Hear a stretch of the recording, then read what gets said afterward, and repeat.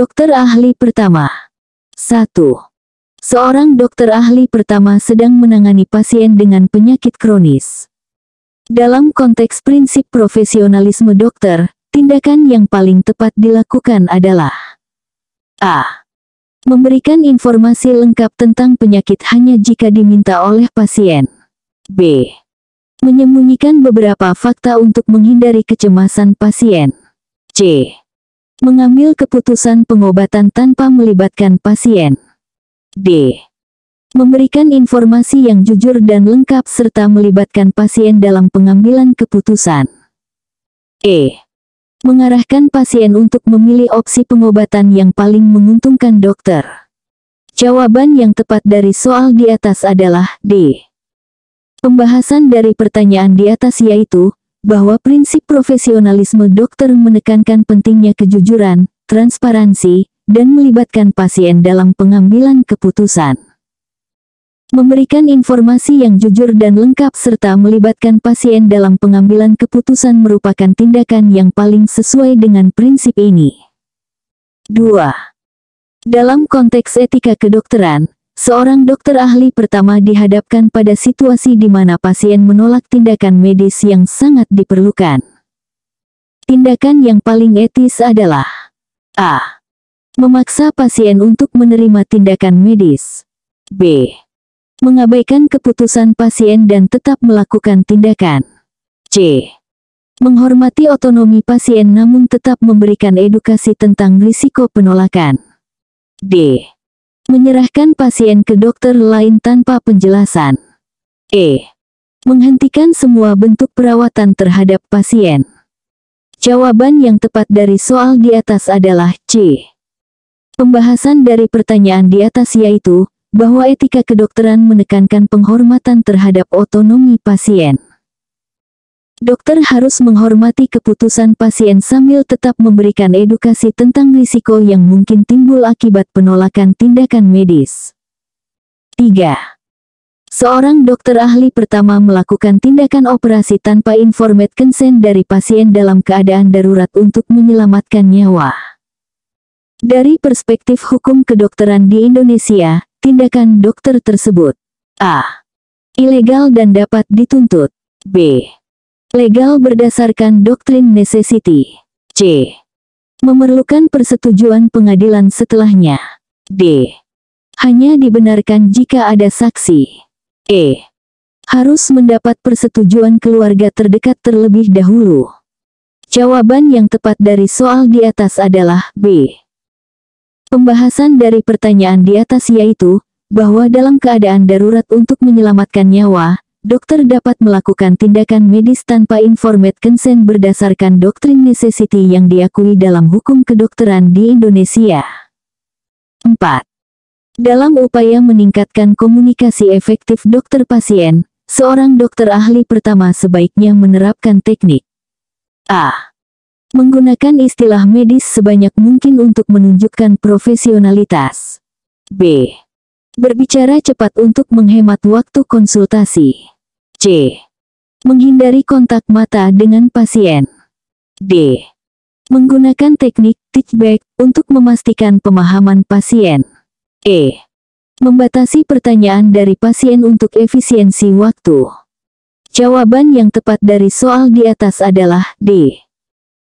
Pembahasan dari pertanyaan di atas yaitu, bahwa teknik touchback adalah metode komunikasi efektif di mana dokter meminta pasien untuk menjelaskan kembali informasi yang telah diberikan, memastikan pemahaman yang benar dan mengurangi risiko kesalahpahaman.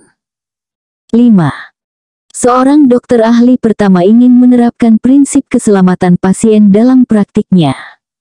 Langkah yang paling tepat adalah A. Mengandalkan ingatan untuk informasi penting pasien. B. Menggunakan singkatan non-standar dalam resep. C. Menerapkan sistem identifikasi pasien ganda. D.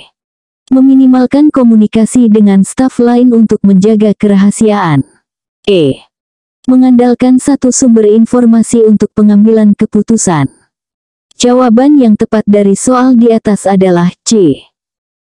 Pembahasan dari pertanyaan di atas yaitu, bahwa menerapkan sistem identifikasi pasien ganda atau misalnya nama dan tanggal lahir adalah langkah penting dalam keselamatan pasien untuk menghindari kesalahan identifikasi yang dapat berakibat fatal.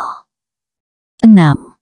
Dalam menerapkan pelayanan berpusat pada pasien, seorang dokter ahli pertama seharusnya a.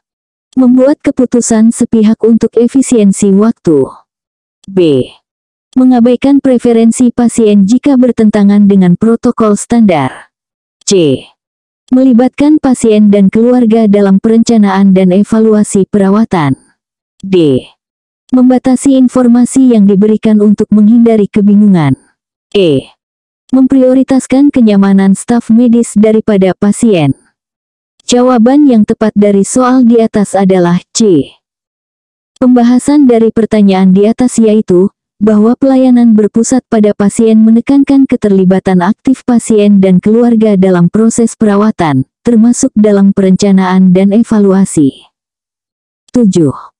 Dalam pendekatan holistik pelayanan kesehatan, seorang dokter ahli pertama harus mempertimbangkan a. Hanya aspek fisik penyakit, b. Aspek fisik dan mental, namun mengabaikan faktor sosial, c. Aspek fisik, mental, sosial, dan spiritual pasien secara menyeluruh. D. Hanya faktor genetik dan lingkungan. E. Fokus pada pengobatan tanpa mempertimbangkan pencegahan. Jawaban yang tepat dari soal di atas adalah C.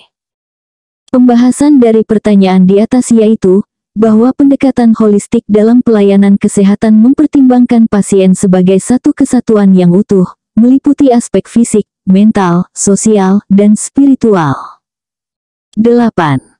Seorang dokter ahli pertama ingin menerapkan prinsip kedokteran pencegahan. Tindakan yang paling sesuai adalah a. Fokus hanya pada pengobatan penyakit yang sudah terjadi. b. Melakukan screening rutin dan imunisasi sesuai pedoman. c. Menunggu pasien datang dengan keluhan sebelum bertindak. D. Mengabaikan faktor risiko yang belum menimbulkan gejala. E. Menghindari edukasi pasien tentang gaya hidup sehat. Jawaban yang tepat dari soal di atas adalah B.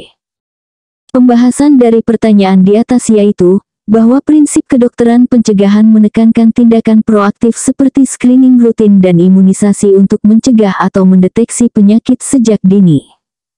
9. Dalam konteks kedokteran komunitas, peran utama seorang dokter ahli pertama adalah a. Fokus hanya pada pengobatan individu. b. Mengabaikan faktor lingkungan dalam penilaian kesehatan. c. Melakukan intervensi kesehatan berbasis populasi. D. Menghindari keterlibatan dalam program kesehatan masyarakat. E. Membatasi peran hanya pada praktik klinik. Jawaban yang tepat dari soal di atas adalah C. Pembahasan dari pertanyaan di atas yaitu, bahwa kedokteran komunitas menekankan intervensi kesehatan berbasis populasi, di mana dokter berperan dalam meningkatkan kesehatan masyarakat secara keseluruhan. 10. Seorang dokter ahli pertama menghadapi kasus peningkatan penyakit tidak menular di suatu daerah. Dalam konteks determinan sosial kesehatan, faktor yang paling perlu diperhatikan adalah a. Hanya faktor genetik individu. b. Ketersediaan obat-obatan terbaru. c. Kondisi lingkungan, sosial ekonomi, dan kebijakan publik. D. Jumlah rumah sakit di daerah tersebut. E. Keterampilan tenaga medis setempat. Jawaban yang tepat dari soal di atas adalah C. Pembahasan dari pertanyaan di atas yaitu, bahwa determinan sosial kesehatan mencakup faktor-faktor seperti kondisi lingkungan, sosial ekonomi, dan kebijakan publik yang mempengaruhi kesehatan populasi secara luas. 11. Dalam menerapkan praktik kedokteran berbasis bukti, langkah pertama yang harus dilakukan oleh seorang dokter ahli pertama adalah a. Langsung menerapkan hasil penelitian terbaru tanpa evaluasi. b. Mengabaikan preferensi pasien dalam pengambilan keputusan. C. Merumuskan pertanyaan klinis yang relevan dan dapat dijawab. D. Mengandalkan pengalaman pribadi sebagai satu-satunya panduan. E. Menghindari penggunaan literatur medis dalam praktik sehari-hari. Jawaban yang tepat dari soal di atas adalah C. Pembahasan dari pertanyaan di atas yaitu, bahwa langkah pertama dalam praktik kedokteran berbasis bukti adalah merumuskan pertanyaan klinis yang relevan dan dapat dijawab, yang kemudian akan menjadi dasar pencarian dan evaluasi bukti ilmiah. 12. Seorang dokter ahli pertama menangani pasien dengan keluhan fisik namun tidak ditemukan penyebab organik. Pendekatan biopsikososial yang tepat adalah A. Fokus hanya pada pemeriksaan fisik berulang. B. Mengabaikan keluhan pasien karena tidak ada bukti fisik. C. Merujuk langsung ke psikiater tanpa evaluasi lebih lanjut. D. Mengevaluasi faktor psikologis dan sosial yang mungkin berperan. E. Memberikan placebo tanpa penjelasan. Jawaban yang tepat dari soal di atas adalah D. Pembahasan dari pertanyaan di atas yaitu, bahwa pendekatan biopsikososial mengakui interaksi kompleks antara faktor biologis, psikologis, dan sosial dalam kesehatan. Evaluasi faktor psikologis dan sosial penting ketika penyebab organik tidak ditemukan. 13. Dalam melakukan pemeriksaan fisik sistemik pada pasien dengan keluhan sesak napas, urutan yang paling tepat bagi seorang dokter ahli pertama adalah A. Auskultasi, palpasi, perkusi, inspeksi. B. Inspeksi, palpasi, perkusi, auskultasi. C. Perkusi, auskultasi, inspeksi, palpasi. D. Palpasi, inspeksi, auskultasi, perkusi. E. Auskultasi, inspeksi, palpasi, perkusi. Jawaban yang tepat dari soal di atas adalah B. Pembahasan dari pertanyaan di atas yaitu, bahwa urutan pemeriksaan fisik yang benar adalah inspeksi, palpasi, perkusi, auskultasi. Ini memungkinkan dokter untuk mengamati secara bertahap dari yang paling tidak invasif ke yang lebih spesifik. 14. Seorang dokter ahli pertama menerima hasil laboratorium pasien dengan nilai kreatinin serum 2,5 mg del atau nilai normal 0,6 sampai 1,2 mg del. Interpretasi yang paling tepat adalah A. Fungsi ginjal normal. B. Kemungkinan gagal ginjal akut. C. Diagnosis pasti diabetes mellitus. D. Indikasi untuk dialisis segera. E. Tanda dehidrasi ringan. Jawaban yang tepat dari soal di atas adalah B. Pembahasan dari pertanyaan di atas yaitu, bahwa nilai kreatinin serum yang meningkat 2 kali lipat dari batas atas normal mengindikasikan kemungkinan gangguan fungsi ginjal, yang bisa mengarah pada gagal ginjal akut. Namun, diperlukan pemeriksaan lebih lanjut untuk konfirmasi. 15. Dalam menegakkan diagnosis banding pada pasien dengan nyeri dada, seorang dokter ahli pertama harus mempertimbangkan A. Hanya kemungkinan infak miokard. B. Fokus pada penyakit paru tanpa memikirkan jantung. C. Berbagai kemungkinan penyebab kardiak dan non-kardiak. D. Mengabaikan riwayat pasien dan hanya mengandalkan EKG. E. Langsung melakukan angiografi koroner tanpa evaluasi awal. Jawaban yang tepat dari soal di atas adalah C.